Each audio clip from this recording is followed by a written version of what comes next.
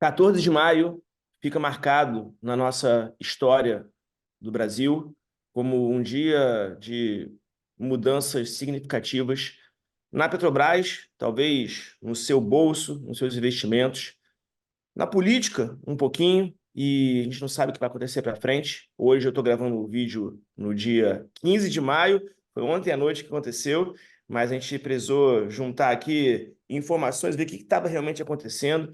Então, fica com a gente até o final, um vídeo super importante. Convido aqui, estamos aqui juntos, eu, Rodrigo Cohen e professor da UFPE, Écio Costa. Écio, além de professor da UFPE, consultor de empresas, palestrante e nadador. Vou só te falar uma coisa antes de começar, porque o vídeo é um vídeo sério, mas é importante a gente, né, desviar aqui no Rio de Janeiro, de onde eu tô. Aqui no Rio de Janeiro está chovendo hoje, eu ia correr antes, sabe que eu corro, quem me segue, mas eu não corria para poder gravar esse vídeo. Então daqui a pouco, logo em seguida, eu vou correr, e correr na chuva é ótimo. Écio nadador, a gente, cada um faz o seu esporte preferido. Écio, bem-vindo. Te admiro muito, passei de seguir, consumir o seu conteúdo. E, cara, a casa é sua. Vamos falar desse que é um assunto super, super, super importante. Primeiro, daí as boas-vindas para você, cara. Obrigado. Eu que agradeço o convite, né? A gente se conhece há pouco tempo, mas eu dei uma olhada já nas suas redes sociais, no seu conteúdo e gostei bastante. É um conteúdo que traz muito esclarecimento, muitas informações para o investidor, e isso é o que o investidor mais precisa, né? Informações coerentes que possam ser utilizadas aí no seu processo decisório, né, da alocação do seu portfólio. E é, tem até uma informação adicional, né, que eu terminei não mencionando, mas hoje nadador, mas no passado era surfista. E já surfei, inclusive, aí no Rio, né, na prainha, na Macumba, no Recreio. Já peguei onda por aí. Peguei a Macumba pequena, depois peguei a Macumba grande também, entrou um swell forte. E tive que me aposentar. Eu tenho alguns problemas de uma coleção de hérnia de disco, e aí, por conta disso, eu passei do esporte de mais aventura, né, que é o surf, para um esporte mais controlado, dentro da piscina. Mas já fiz algumas travessias também. No Rio tem boas travessias, mas minha preferência é piscina mesmo, né? E hoje eu já nadei. Você vai correr É. daqui a pouco, hoje logo cedo eu nadei e já estou pronto aí para a gente comentar esse assunto aí e chama muita atenção, né? Tanto a nível de investimentos, mas também a nível de macro, né? Você tem, na realidade, a afirmação de uma mudança política, né, macroeconômica que já vem se configurando há um bom tempo. A confirmação, por assim dizer. Então, e aí eu queria começar, porque assim, o meu público aqui no meu canal, você vai colocar no seu também, mas eu vou falar um pouco do meu e aí você fala um pouco para o seu também, obviamente, né? O meu público é um público que majoritariamente é de trader, né? Trader, para quem não sabe, é aquela galera que faz investimentos rápidos, compra e vende no mesmo dia, a ação da Petrobras, que a gente vai falar, da Vale, ou contratos de índice futuro, dólar futuro, ou até mercado internacional, pares de moedas, né? Hoje teve aqui o CPI aqui no Brasil, espera, nos Estados Unidos teve CPI, fiquei olhando, né? É. E aí o euro bombou na hora que eu estava acompanhando. Então, assim, o mercado tem muitas oportunidades, mas também traz risco para quem não sabe o que está fazendo. E Petrobras, que é a nossa bola da vez que a gente vai falar hoje. Então, pessoal, é muito importante a gente se conscientizar, porque a vida, eu falo, né? Se eu falo assim, o trader é a raça mais próxima do ser humano, né? Então, já que existe isso, vamos olhar o nosso investimento. O trade é uma parte só. A gente tem que olhar para o curto prazo, tem que olhar para o médio prazo, tem que olhar para o longo prazo, no futuro. Será que hoje a gente está construindo alguma coisa que no futuro a gente vai poder colher aquilo que a gente está plantando para os nossos filhos, para os nossos netos? Eu gosto muito de usar isso, né? Poxa, eu estou construindo alguma coisa para os meus netos, né? É difícil pensar nisso, mas, cara, eu nem tenho neto, né? Meus filhos são jovens ainda, mas, cara, é importante isso. Então, ontem, em resumo, a gente teve ontem, indo direto ao ponto, a gente teve ontem a demissão do Jean Paul Prat, né, pelo Lula, e a nomeação da nova presidente da Petrobras, Magda Chambriard, acho que é isso, como é que se pronuncia o nome dela. E aí, eu queria saber de você, como especialista, né, o que que isso impacta no curto prazo no Brasil em relação a essas mudanças todas na Petrobras, mesmo para quem não tem ação da Petrobras? Então, você tem, como eu disse, uma confirmação de uma tendência que vem acontecendo, né? Lá atrás, quando houve a mudança, né, do presidente Bolsonaro para o presidente Lula, você teve toda uma mudança do viés de condução da política macroeconômica, e, assim, para não me alongar muito, mas, resumindo em termos de Petrobras, a utilização da Petrobras como um meio, né, para efetivar essa política, que é a política desenvolvimentista. Certo? Nessa política, você tem a Petrobras como uma grande estatal, né, uma das maiores empresas aqui do nosso país, como uma empresa que pode alavancar muitos investimentos, né, no seu setor e em outros setores. Então, isso foi adotado, né, com o governo Lula. Porém, o primeiro presidente que foi escolhido, o Prats, ele não embarcou 100%, né, nessa dinâmica, né, da política, onde a Petrobras seria a grande investidora. Foram anunciados alguns investimentos. Aqui em Pernambuco, por exemplo, o novo trem, o segundo trem da refinaria Abreu e Lima foi anunciado, já há algumas licitações em curso, né? Então, você vê uma retomada da Petrobras como uma investidora, né, na extração e no refino. Na política anterior, a Petrobras vinha numa pegada de desinvestimento, né? Ela vinha se desfazendo de diversos setores que estavam envolvida, como, por exemplo, a BR Distribuidora, e ativos também fora do país, para concentrar e ter um foco principal somente na extração de petróleo. Então, quando há essa mudança, os dividendos que eram gerados, né, em um montante bastante relevante, principalmente quando houve a invasão russa à Ucrânia, que o preço do petróleo disparou, esses dividendos eles cresceram consideravelmente, porque na política anterior você tinha uma política de paridade com os preços internacionais, e aí você conseguia, né, a Petrobras conseguia reajustar os preços conforme o que acontecia lá fora. E os preços só estavam subindo, isso estava gerando, né, uma lucratividade muito alta para a Petrobras, que gerava maiores dividendos, com o processo de desinvestimento também gerava um resultado melhor.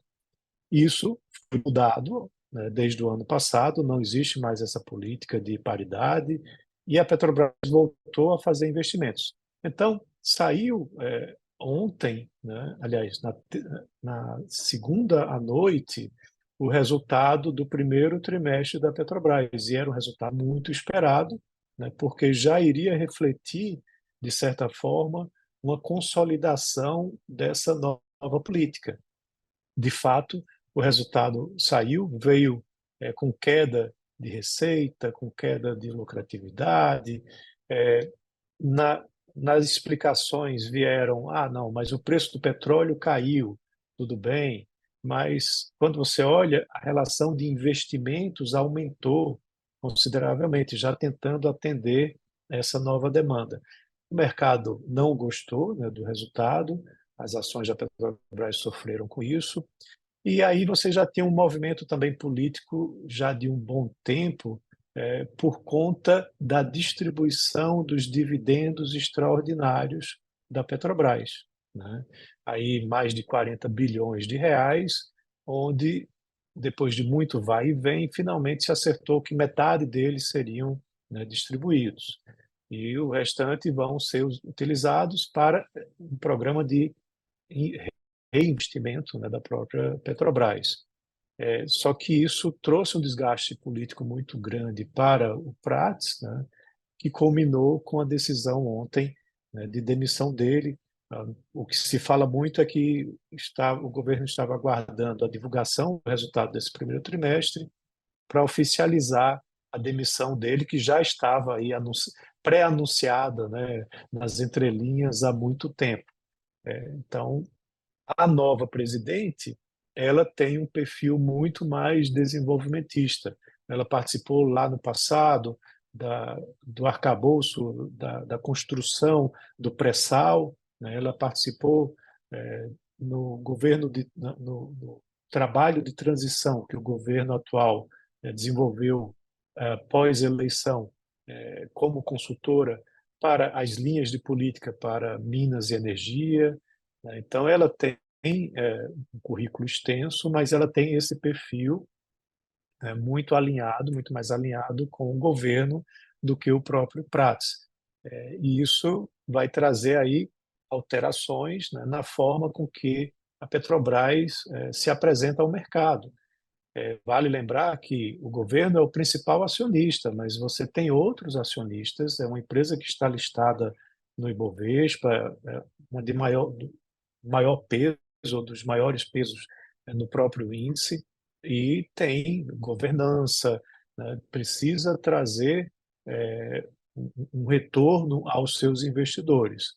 Então, quando ela começa a tomar essa decisão, e se isso for posto em prática aí nos próximos meses ou próximos anos, é muito provável que você tenha menos dividendos sendo pagos pela Petrobras, e isso vai trazer uma desvalorização ao papel, né? Porque os investidores olham muito, aqui no Brasil principalmente, a Petrobras é uma blue chip, né? Uma empresa que ela traz a valorização dela, mas traz a valorização para o investidor também via distribuição de dividendos.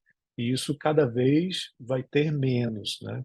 E você vai ter a Petrobras investindo em diversas áreas, uma área muito propensa, que aí talvez traga assim um resultado positivo, é lá na Foz do Amazonas, né? Onde você tem ali um potencial de pré-sal, ou talvez até maior, pode trazer algo positivo, mas aí é extração de petróleo, como eu disse, é algo bastante positivo. O problema é que a Petrobras pode voltar a se envolver com diversas outras áreas, como, por exemplo, no setor naval, né, como aconteceu lá atrás, e que terminou tendo o problema da Lava Jato e consequências muito negativas para a própria Petrobras.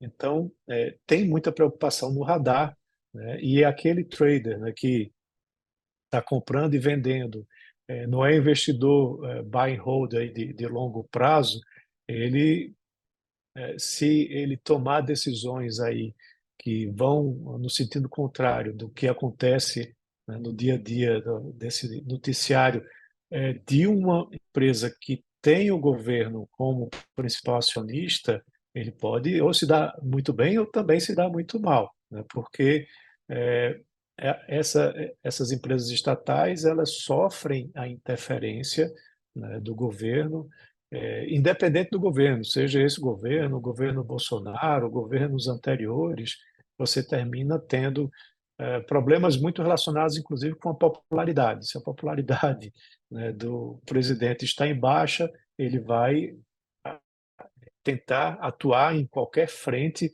que melhore a sua popularidade. E, em geral, empresas estatais terminam sendo alvo também de medidas que venham ajudar a popularidade do presidente. Senhor, eu vou te fazer uma pergunta aqui que ela vai se desencadear em outras, mas aí que você já começa e engata primeiro e vai, tá? Pega uma onda aí e tá ótimo. Tô adorando. Eu queria te perguntar o seguinte, algumas coisas, né? Enquanto você falava, eu vim juntando aqui minha cabeça, borbulhando aqui, porque é um momento importante, né? Eu estava buscando informações, né, sobre a Magda, que eu lembrava, assim, dela muito remotamente, e aí comecei a ler sobre Lava Jato, aí lembrei do Severo e por aí vai, tipo assim, coisas que aconteceram em 2016 ou antes, 15, 14, e tipo, parece que foi ontem, né? Tipo, cara, né? Então, assim, eu queria perguntar algumas coisas. Primeiro, quando entrou esse governo novo, e aqui eu não estou falando de viés político, de nada disso, mas quando entrou o governo do PT agora, né, depois do Bolsonaro, muita gente achava que o Haddad ia estar 100% junto com o Lula. E aos poucos o Haddad foi mostrando um pouquinho, botando as asinhas de fora, pelo menos na minha opinião, mostrando que ele é um cara também pró-mercado. E muitas vezes, né, ele e a Glaze lá se debatendo e brigando, né, para ver quem que ia conseguir, né, ganhar, vencer a batalha. Beleza. Quando o Prates entrou, muita gente do mercado também ficou meio que receoso que o Prates fosse um cara, pelo menos na minha opinião, pelo que eu vi, né, um cara mais pró-governo, mas acabou não indo. O Prates acabou indo na contramão, tanto que você acabou de falar dos dividendos extraordinários, que foi uma briga lá, então isso talvez tenha sido um dos pivôs da saída dele, mesmo com resultados bons, não esse último, mas antes, né, que foi um dos melhores resultados da história da Petrobras. Legal, viu? Como um cara de trade também, né? Pode falar, isso é importante, né? Só abrindo um parênteses aqui. Tem que Isso, saber, isso. né, o que está acontecendo no Brasil e no mundo. Pô, a gente está no mercado financeiro, Sim, traders estão ouvindo a gente. Mercado financeiro, vão te botar da Petrobras, tu não vai saber? Vai falar que é rompimento de um candle para cima. Pô, vamos, né, expandir nossa cabeça. Então, assim, aí eu queria te perguntar: você acha que isso é uma opinião, a gente não tem como saber. Mas você acha que de repente a Magda ela pode ser uma surpresa positiva em algum momento para o Brasil, igual o Prates foi? Ou você acha que o Lula colocou a Magda lá para ser o Caco Antibes da vida dela e falar cala a boca, Magda, né? Que já estava rolando essa piada. O que você acha que pode acontecer? Porque assim, existem possibilidades, existem alguns viés que podem ser tomados, né? E junto com isso, muita gente me pergunta, né? Vão te perguntar também, se já não te perguntaram muito. Petrobras, mesmo distribuindo menos dividendos, a gente sabe que tanto Petro quanto Vale são muito guiadas pelos ativos, pelas commodities, né, que elas produzem. Então, estamos falando de minério, estamos falando de, no caso da Petrobras, do petróleo. Uma vez a China voltando para cima, a China que ontem, foi ontem ou anteontem, né, que emitiu os títulos inéditos, né, e agora vamos ver como é que vai ser isso, se realmente vai ter uma demanda grande, não sei nem se teve ou não, se já teve isso ou não, o resultado disso, vai ter uma demanda grande ou não para poder se financiar o objetivo dela de 5% do PIB, né? Será que vai conseguir atingir ou não? Mas a China talvez voltando a crescer, o consumidor principal, se não me engano, é importador do Brasil, e pode levar o petróleo lá para cima também, tanto a China quanto o mundo, ou alguma guerra, né? Aí a pergunta é, será que também, né, juntando todas as perguntas aqui, será que também o petróleo não pode favorecer a Petro, independente da ingerência e participação, né, do governo, né, nisso? Então, são várias coisas aqui que são interessantes de pensar. O que você pode falar sobre isso? São várias perguntas, mas que só trazem um contexto aqui de dúvidas que eu tenho. então, pelo que eu também me informei sobre a Magda, ela é muito mais desenvolvimentista do que o Prates, né? Então, a ideia do governo é colocar uma pessoa lá que vai rever o plano plurianual de investimentos da Petrobras, enfatizando cada vez mais o investimento, né? O investimento que implique maior crescimento de PIB e maior geração de empregos, certo? Esse é o objetivo, né, do governo, inclusive com essa alteração, tá? Isso traz impactos nos números da empresa. Mas, claro, se você tem um repique para cima do preço do barril de petróleo, num primeiro momento você tende a pensar que isso é muito positivo para a Petrobras. Mas vale lembrar que a Petrobras abandonou a política de paridade com os preços internacionais. E, recentemente, com o próprio Prates, você tinha uma defasagem do preço da gasolina que chegou a 20%. Tá? Essa defasagem impactaria, inclusive, no resultado do primeiro trimestre e no resultado agora desse segundo trimestre, que vai ser anunciado mais à frente, porque você tinha um dólar alto, que tinha disparado, e tinha também a questão do próprio barril de petróleo, que tinha dado uma pequena elevação. Essa defasagem já está bem menor. A última vez que eu olhei estava na casa dos 8%, mas ainda é 8%, né, que poderia ser repassado ajudando a Petrobras. Mas tem muito é, é, antipopular. Ele, inclusive, não só mexe na popularidade, como mexe também na própria inflação. A gasolina tem um peso relevante no cálculo do IPCA. E você já tem algumas surpresas desagradáveis acontecendo a nível de PCA nos últimos meses, onde ela vem numa trajetória, né, de queda para convergência com a meta, porém tem alguns picos aí que trouxe mais preocupação para o Comitê de Política Monetária, né, do Banco Central, tanto é que ele reduziu o ritmo de queda da Selic na semana passada, e tem um ambiente internacional, mas tem um ambiente doméstico de IPCA e de política fiscal, de um déficit mais alto, né, que foi anunciado pelo Ministério da Fazenda. Então, veja que tudo isso termina tendo uma conexão forte e muito provavelmente a nova presidente vai seguir a orientação, né, do Planalto, né, e do governo Lula para que controle o máximo possível o repasse do preço dos combustíveis. Isso é ruim para a Petrobras e é ruim para o mercado brasileiro, porque você tem concorrentes, né? E esses concorrentes eles terminam se guiando pelo líder de mercado, que é a Petrobras. Eles não conseguem praticar preços diferentes. Então, assim, é uma situação ruim para o mercado, inclusive é ruim também para o setor sucroalcooleiro, né? Porque as usinas, vale lembrar lá atrás, no governo Dilma, quando o preço da gasolina foi represado por muito tempo, várias usinas elas quebraram, né? Porque não conseguiam manter o nível de preço tão baixo. Ah, mas se você pode, ao invés de produzir etanol, produzir açúcar, mas a conversibilidade não é de 100%, né? Você tem que produzir também etanol. Então, isso traz aí preocupações para o setor e para outro setor, né, que é o setor do agro. É, falando um pouco a questão do Fernando Haddad, que você mencionou, tem sido uma surpresa agradável, né? Ele termina sendo uma voz bastante sensata dentro de um governo e de um Congresso também, não vamos deixar o Congresso isento disso, tá? Nem o Judiciário, né? Todos querem gastar mais, né? E o Fernando Haddad é aquele cara que tenta manter, né, a casa arrumada para que aquela meta que foi determinada pelo arcabouço fiscal possa ser atingida, né? Mas é uma voz que precisa ser muito forte. Tem o apoio popular, né? Tem o apoio do mercado financeiro, que termina ajudando bastante nesse sentido. Acredito que a população hoje, aquela mais educada, né, aquela que paga suas contas, né, que está cansado de pagar cada vez mais impostos, tem reclamado muito, né, para que você tenha uma responsabilidade fiscal, né? E aí o Fernando Haddad tem atuado muito nesse sentido. Porém, os ajustes que a gente tem visto têm sido mais do lado da receita, né? E menos do lado da despesa. Você precisa ter uma reforma administrativa, você precisa ter mais responsabilidade, não criar mais gastos lá no Congresso.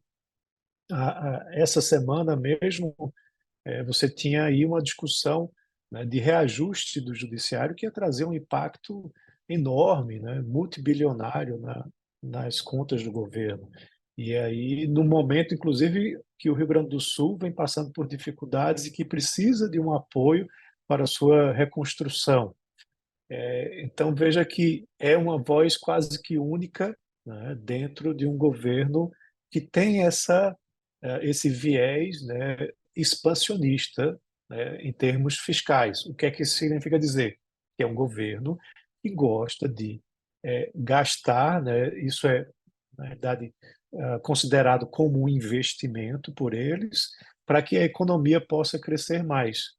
Mas, na minha opinião, não é o tipo de gasto ou de investimento, como eles chamam, que vai trazer um crescimento sustentável para a economia, né? O crescimento sustentável ele vem através de investimento produtivo, né? Ou seja, você trazer um ambiente reformista para a economia, como a gente viu muito no governo Bolsonaro e viu aqui também no governo Lula com a reforma tributária, que é algo, eu sou a favor da reforma tributária.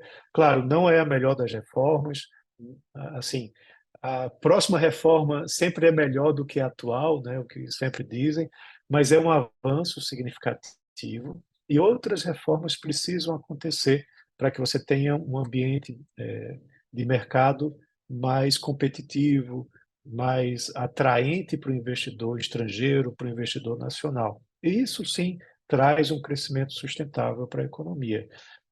Me preocupa também um pouco, aí fugindo um pouco o assunto, mas como o Banco Central vai se comportar, né, a partir do ano que vem.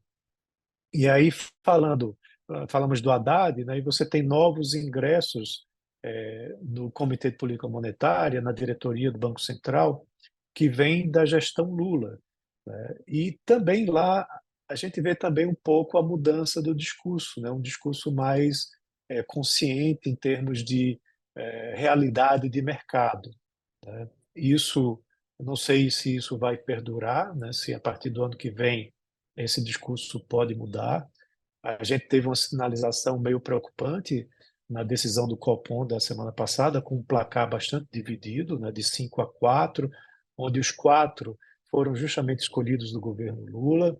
E a ata que foi divulgada essa semana do Copom trouxe uma explicação que, na realidade, os quatro votaram de acordo com o Forward Guidance, né, que era o quê? Uma decisão antecipada da reunião anterior, que nessa reunião iria cair, né, 50 pontos percentuais, né? Ou seja, iria, ao invés de ir para 10,50, iria para 10,25.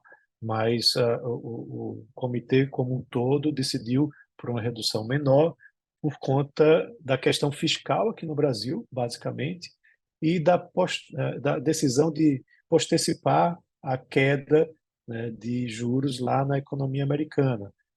Cada vez mais está ficando mais para frente, o que impacta muito na decisão de juros aqui no Brasil. Então, é algo que me preocupa um pouco, né, como que isso vai acontecer a partir do ano que vem, né, se teremos a meta de inflação como um objetivo, né, a ser atingido pelo Comitê de Política Monetária da forma rigorosa como está sendo tratada hoje em dia. Posso fazer mais uma ou... Não, fica à vontade, vai lá. Beleza. Seguinte, já que você falou tantas coisas, eu ia te perguntar no meio, você acabou respondendo algumas coisas, mas pô, é a oportunidade que eu tenho, né, de falar com alguém aqui, o meu público poder me assistir, então alguém com conhecimento como o seu, então muitas dessas perguntas me fazem, né, nos veículos que eu participo, mas é legal poder ouvir outras opiniões. Na verdade, assim, a opinião de uma pessoa como você que tem um conhecimento muito maior que o meu nesse assunto, mas que a gente tem opiniões bem parecidas, então é legal a gente poder trocar um pouco sobre isso. Aí eu queria te perguntar, só para a gente poder fechar aqui, ó. Ano que vem, eu sei que a gente está no início não, né? A gente está em maio, né? Então, janeiro, março, abril, maio, mês 5, né? Então está quase no meio do ano, tá? De 2024. Mas a gente sempre sabe, a gente sabe que o mercado é sempre uma expectativa que vai acontecer para frente. Então, hoje a bolsa sobe ou desce muito pela expectativa de alguma empresa, o que pode acontecer para frente? Então, tanto empresa quanto da economia e por aí vai. Beleza. Aí eu queria te perguntar, você falou vários temas importantes aqui para gente. Primeiro, mudança da meta do arcabouço fiscal que fez com que a gente tivesse, né, uma coisa que foi definida há um ano atrás, né, foi mudado já agora, em virtude, como você falou, de que o que ia acontecer, a gente sabia que já ia acontecer e acabou acontecendo, né, da gente se preocupar muito mais com o que a gente vai arrecadar, e aí aumento de impostos, como você coloca no teu Twitter bastante sobre isso, aumento de impostos, ao invés de redução das despesas. Beleza, então isso é uma coisa. Mudança. Segunda coisa, colegiado do Banco Central, como você acabou de falar, 5-4, uma votação. Eu achei essa ata do Copom de ontem totalmente contraditória. O argumento deles, como você falou, né? Para seguir o forward guidance do que para pensar no que os cinco que votaram, né, o voto de Minerva do Roberto Campos Neto, de que não, estamos olhando aqui o que está acontecendo lá fora, né, os juros vão demorar mais para cair, talvez nem caia esse ano, estamos vendo o que está acontecendo com o Brasil, IPCA que veio agora acima e por aí vai. Né? Então, minha opinião também é contraditória. Só que ano que vem vão ter os indicados do Lula.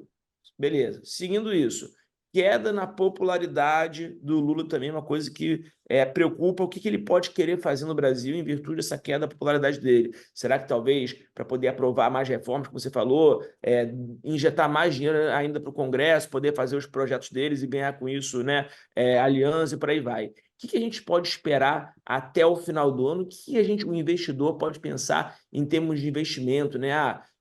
Que tipos de investimento? Me perguntam muito isso, mas eu quero ouvir de pessoas, né, como você. O que a gente pode pensar para frente em relação ao Brasil? Será que, juntando tudo isso, né, é uma coisa que a visão é pessimista? Eu sou um eterno otimista, mas será que é uma visão mais pessimista? Será que é uma visão que dá para pensar em alguma coisa de abrir, né, o Brasil é um país que não é para amadores, né? A gente fala. O que a gente pode esperar? O que você pode falar de mensagem para a gente aqui?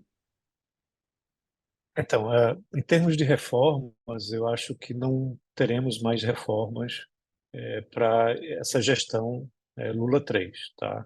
Esse ano vai ter ainda muita discussão sobre a reforma tributária e os ajustes necessários, né? Porque muita questão de regulamentação ficou para ser discutida esse ano.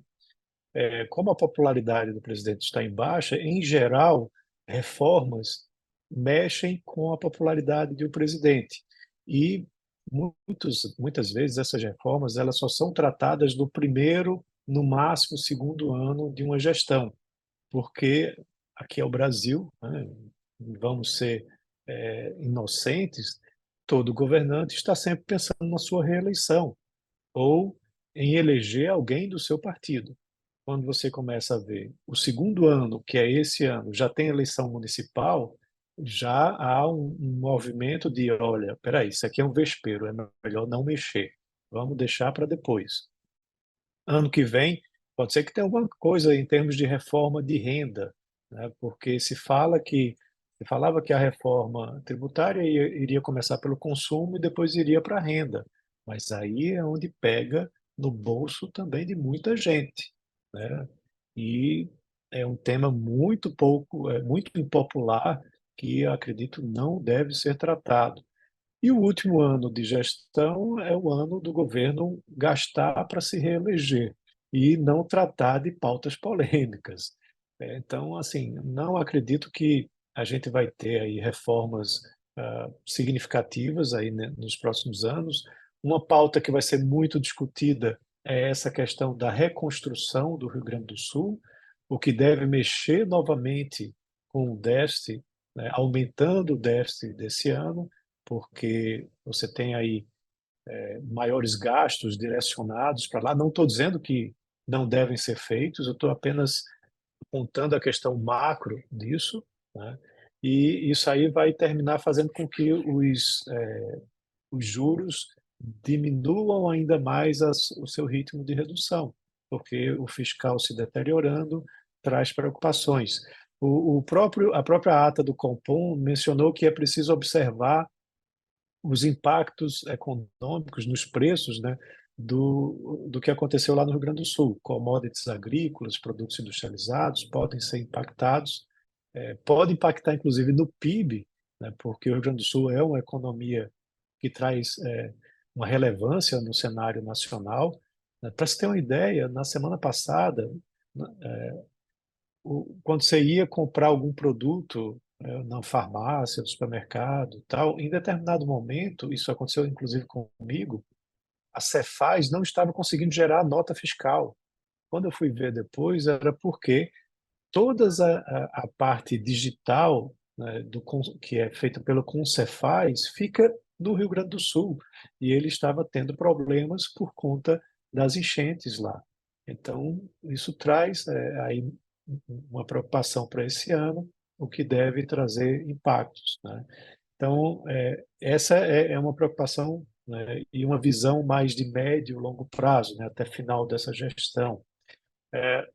Falando mais de curto prazo, aí eu iria fazer, assim, como investidor, né, e que eu recomendo, é que você sempre queira entender o que vai acontecer naquela semana, tá? Eu, por exemplo, aí eu vou fazer um pouco de propaganda, mas no meu canal lá do YouTube, eu divulgo, né, toda segunda-feira a semana econômica, né? Ou seja, o que é que vai acontecer na semana em termos de divulgações de dados relevantes, né?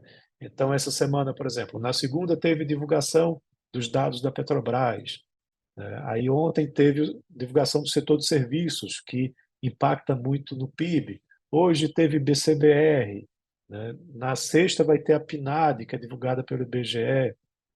Tudo isso traz alguma fricção para o mercado, né? Porque se a economia vai mal, vai bem, ou se aquele dado saiu melhor, pior. Você mencionou no início da conversa, né, o PCI, né, o Índice de Preço ao Consumidor, lá dos Estados Unidos foi divulgado hoje. Isso impacta na bolsa de lá, que pode impactar no câmbio daqui e também na bolsa brasileira, e também nos títulos, né? O aumento de gastos aqui do governo traz impactos no título do Tesouro em termos de remuneração, né? Já está se falando aí quando é que vai chegar o IPCA mais 7, né? E é bem provável, né, que realmente aconteça nesse ritmo, né, de déficit que a gente vem apresentando, porque para rolar a dívida, você tem que emitir mais dívida, e aí o percentual da dívida em relação ao PIB se elevando, você não consegue mais emitir dívida barata, você termina emitindo dívida mais cara. Aí esse IPCA mais ele vai aumentando, aumentando. Então, tudo isso tem que estar sendo acompanhado, seja um investidor de curto prazo ou investidor de longo prazo, ou seja, um investidor de renda variável, ou seja, um investidor de renda fixa. Você precisa entender o que está acontecendo no mercado. Bom, tive o prazer inenarrável de conversar com o professor Écio Costa. Écio, ó, galera, quem tá no meu canal, segue esse cara que ele é fera. Canal do YouTube, como é que tem que escrever, Écio? É só procurar por Écio Costa, o arroba Écio Costa, em todas as redes sociais vai me encontrar. Meu nome não é tão comum, né? Então é fácil de. É como o seu sobrenome também não é tão comum, Isso, é isso. fácil de você conseguir ter esse mesmo nome em todas as redes sociais. Então, no Instagram, no Twitter, no YouTube, no LinkedIn. Então, sempre compartilhando, né, um pouco do que eu conheço, né, da economia, também da experiência. Eu tenho 20 anos como professor, 20 anos como consultor de empresas também, de palestras, e aí isso é, vai ajudando a você entender e interpretar o cenário, o mercado, né, para compartilhar com todos. Cara, foi um prazer inenarrável conversar com você. Aprendi bastante. Se você curtiu esse vídeo, deixe seu like aqui e comenta. O que vai ser do Brasil daqui para frente, na tua opinião? Bora para cima. Até a próxima, professor Écio. Grande prazer e a gente se fala, galera. Valeu. Um abraço a todos. Valeu.